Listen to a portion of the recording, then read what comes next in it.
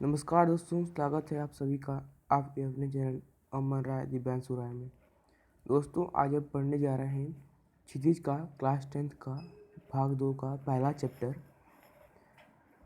जिसको लिखा गया है सूरदास ने, और इस चैप्टर का नाम है पद।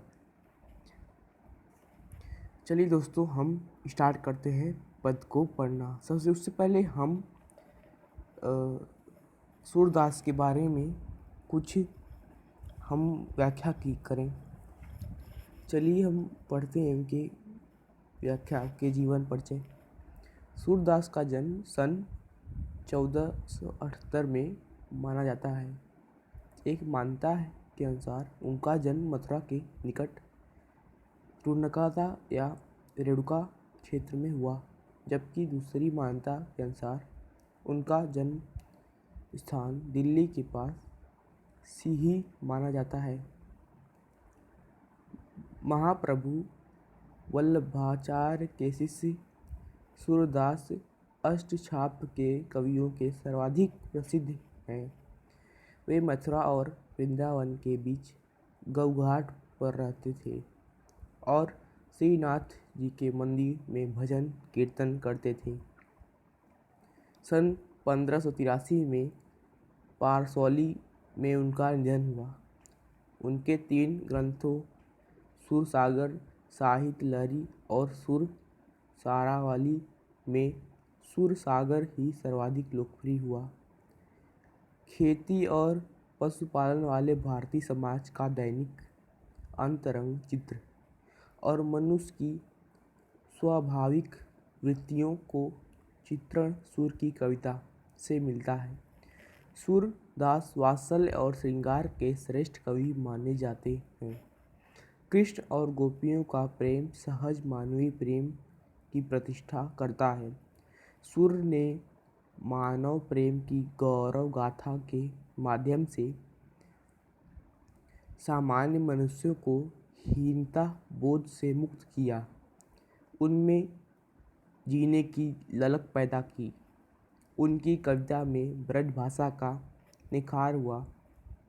वह चली आ रही लोकगीत की परंपरा की ही श्रेष्ठ कड़ी है। चलिए दोस्तों, आज हम स्टार्ट करने जा रहे हैं सूरदास के पद।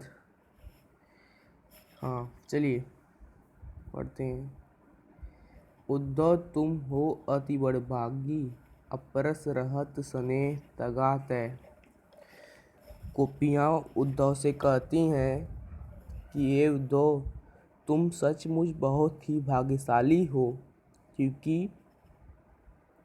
क्योंकि तुम अभी प्रेम के बंधन से बिल्कुल मुक्त हो, बिल्कुल अछूत हो। और नाहीन मन अनुरागिन, पुरैन पात रहत जल भीतर था। और न ही तुम्हारा मन किसी प्रेम में आसक्त है या लिप्त है। जिस प्रकार कमल के पत्ते सदा जल के अंदर रहते हैं, परंतु वे जल से अछूत ही रहते हैं, उन पर जल की एक बूंद का धब्बा नहीं लगता। और रस देह न दागी, ज्यों जल माँ तेल की गागरी, बूंद न ताको लागी। जिस प्रकार तेल की मटकी को जल में रखने पर जल की एक बूंद भी उस पर नहीं ठहरती, उसी प्रकार तुम कृष्ण के पास रहते हुए भी उनके प्रेम के बंधन में सर्वथा मुक्त हो। तुमने अब कभी प्रेम रूपी नदी में पैर डुबाया, अर्थात तुमने कभी किसी से प्यार नहीं किया।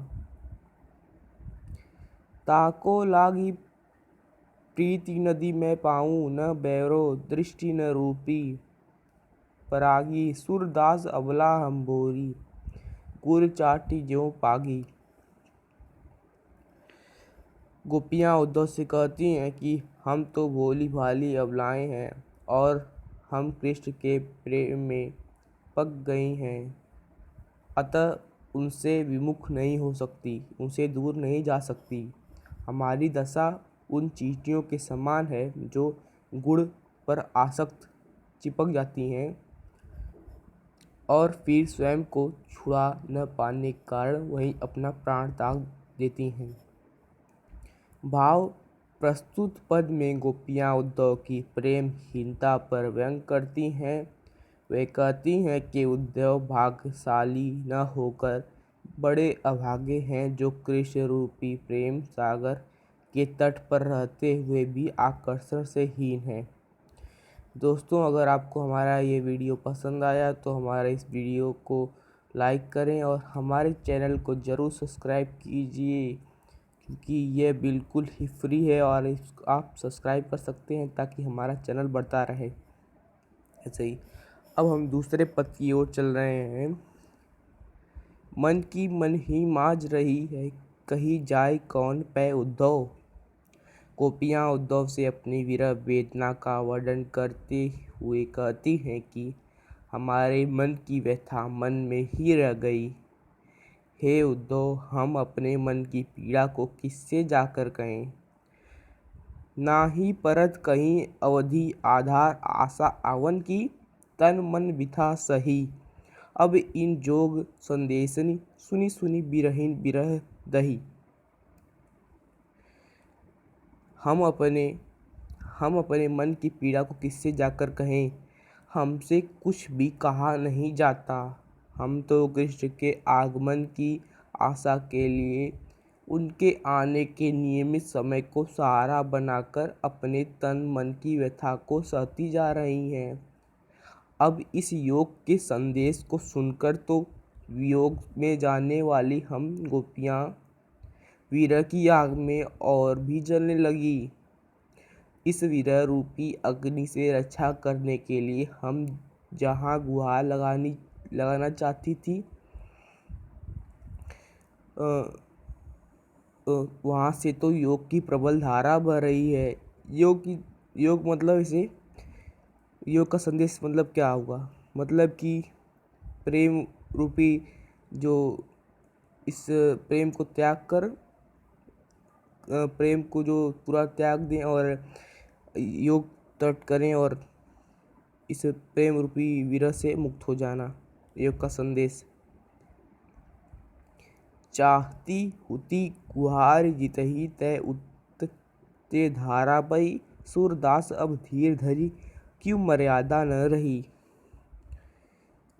सूरदास कहते हैं कि गोपियाँ उल्हाना देती हैं कि अब हम किस प्रकार धैर्य धारण करें।